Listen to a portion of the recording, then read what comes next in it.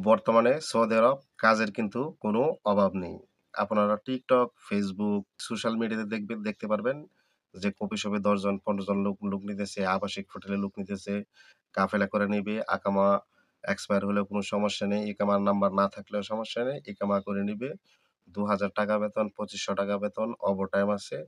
অনেক সুবিধা, ঠিক আছে? তো যারা নাকি সৌদি আরব এসে সাপ্লাই কোম্পানিতে অথবা আত্মীয়স্বজন আনছে তারপরে কাজ দিতে পারতেছে না, আপনাকে আকামা দেয়নি বা ৩ মাসের যে ভিসার যে আকামাটা আছে সেটা দেওয়ার পরে আকামা এক্সপায়ার হয়ে গেছে, আপনি কাজ খুঁজে পাচ্ছেন না। দেশ থেকে ঋণ করে আসছেন। এখন কিন্তু আপনার মাথা পুরাই নষ্ট যে আপনি কিভাবে দেশে ঋণ পরিশোধ করবেন, কিভাবে আপনি এই জায়গায় থাকবেন। অনেক সমস্যায় কিন্তু পড়ে যাচ্ছে নতুন আসতেছে সেই সকল প্রবাসীরা। অনেক সময় দেখবেন যে নুন কোম্পানিতে, অমুক কোম্পানিতে, তমুক কোম্পানিতে ৫০০ লোক নিচ্ছে, ১০০ লোক নিচ্ছে, ৫০ জন লোক নিচ্ছে। আপনারা যদি কাফেলা হতে চান, তাহলে এই নাম্বারে ফোন দিয়ে আমার সাথে যোগাযোগ করুন। কালকেই লোক নিবে, পরশুই লোক নিবে। ঠিক আছে? তো এরকম অফার কিন্তু বর্তমানে সৌদি আরব প্রবাসীদের সবথেকে বেশি দেখতে হচ্ছে। আপনি TikTok এ ঢোকেন, কাজের অফার। Facebook এ ঢোকেন, কাজের অফার। YouTube এ ঢুকেন, কাজের অফার। এই কাজের অফার নিয়ে কিন্তু বা সৌদি আরব কাজের কোনো অভাব নেই। এই বিষয় নিয়ে কিন্তু আজকে আমি এই ভিডিওতে কথা বলব। তো আপনারা ভিডিওটা স্কিপ না করে ধৈর্য সহকারে মনোযোগ দিয়ে দেখবেন। যারা নাকি সৌদি আরব এসে ফেঁসে গেছেন, কাজ পাচ্ছেন না, তারা ভিডিওটা স্কিপ না করে সম্পূর্ণ দেখতে থাকুন। তো ১ম কথা হচ্ছে আপনি যদি TikTok, YouTube, Facebook থেকে কোনো কাজের বিজ্ঞাপন দেখে তাদেরকে ফোন দেন, তারপরেই দেখবেন যে আপনার কাছে ৫০০, ১,০০০, ২,০০০, ৳৩,০০০ কন্ট্যাক্ট করবে তারা। যেই টাকা দেওয়ার পরে আপনাকে সে কাফেলা করে দিবে অর্থাৎ কাজ দিবে। তো অনেকে কিন্তু টাকা দেয়, টাকা দেওয়ার পর দেখা গেছে তার ফোনটা ব্লক করে দেয়, যাকে সে টাকা দিছে। আবার অনেক সময় এরকম হয় যে আপনাকে কাজ দেওয়ার কথা বলে তার কাছে গেছেন, সে কিন্তু আপনাকে একটা জায়গায় কাজও দিছে। ধরুন কফি শপে কাজ দিছে, নয়তো আপনাকে হোটেলে কাজ দিছে। তো কাজ দেওয়ার পরে আপনি মনে করছেন যে আমার টাকাটা দেওয়া সাকসেস হয়ে গেছে বা আমি কাজটা পেয়ে গেছি। এই জায়গায় কিন্তু একটা শুভঙ্করের ফাঁকি আছে। আপনাকে যে জায়গায় নিয়ে কাজটা দিছে ওই জায়গায় কিন্তু ওই দালাল বা ওই দালালের একটা সিন্ডিকেট আছে। তার একটা লোক ওই জায়গায় কাজ করে। সেটা হতে পারে কফি শপ অথবা হোটেলে। ঠিক আছে? তো দালাল আপনাকে দিয়ে আসার সময় অনেক নির্দেশনা কিন্তু সে দিবে। ভালো করে কাজ করবে। কোন occurrence ওই জায়গায় তুমি করতে পারবে না। ঠিক আছে? আর যদি কাজ না করো তো সেক্ষেত্রে কিন্তু তোমাকে তারা কাফেলা করে নিবে না। তো ১ম অবস্থায় তোমাকে ১৫ দিন ১ মাস এভাবে কাজ করতে হবে। তো এইভাবে বলে ৫ জন ১০ জন লোক নিয়ে তাদের কাছ থেকে টাকাটা নিয়ে তাদের কিন্তু ওই জায়গায় দিয়ে আসবে। ঠিক আছে? তো এখানে দালালের যে একটা লোক আছে হতে পারে সেটা কফি শপ নয়তোবা হোটেলে।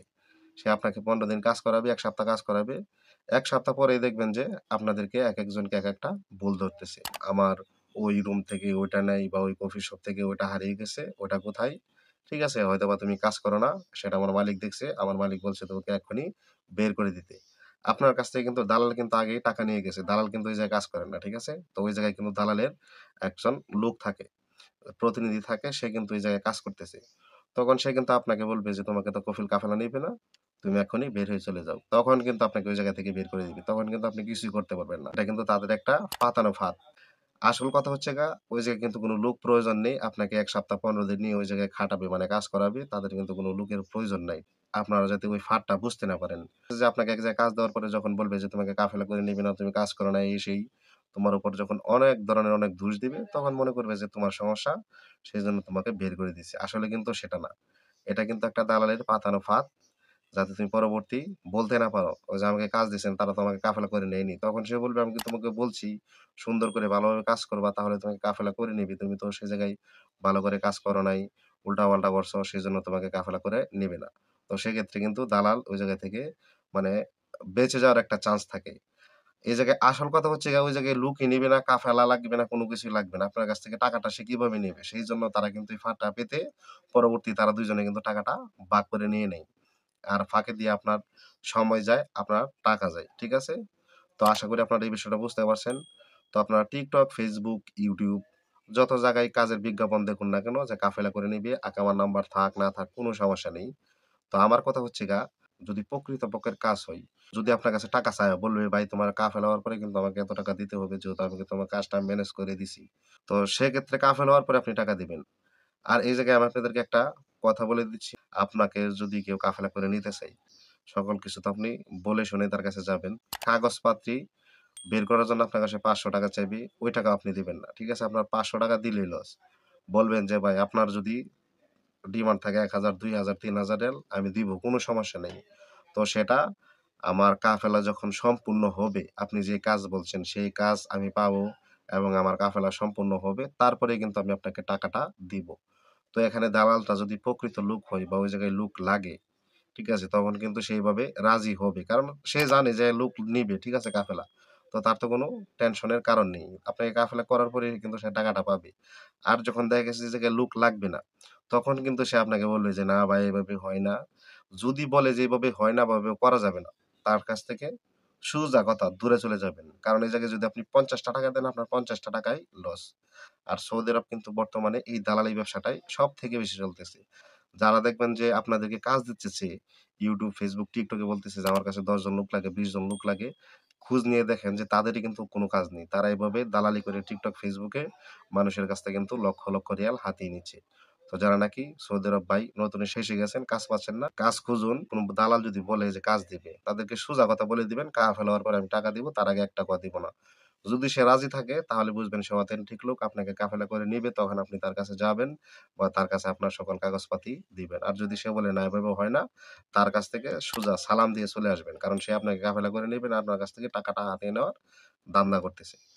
তো আশা করি নতুন প্রবাসী যারা আছেন এই বিষয়টা বুঝতে পারছেন। Facebook, YouTube, TikTok এর এই সমস্ত মানে মিথ্যা কাজের বিজ্ঞাপন দেখে আপনারা প্রতারিত হয়ে হুমড়ি খেয়ে এই জায়গায় পড়বেন না। ঠিক আছে? তো আমাদেরকে কিন্তু অনেক সময় অনেক লোক কাজের জন্য ফোন দেয় যে, "ভাই টাকা লাগলে টাকা দিব।"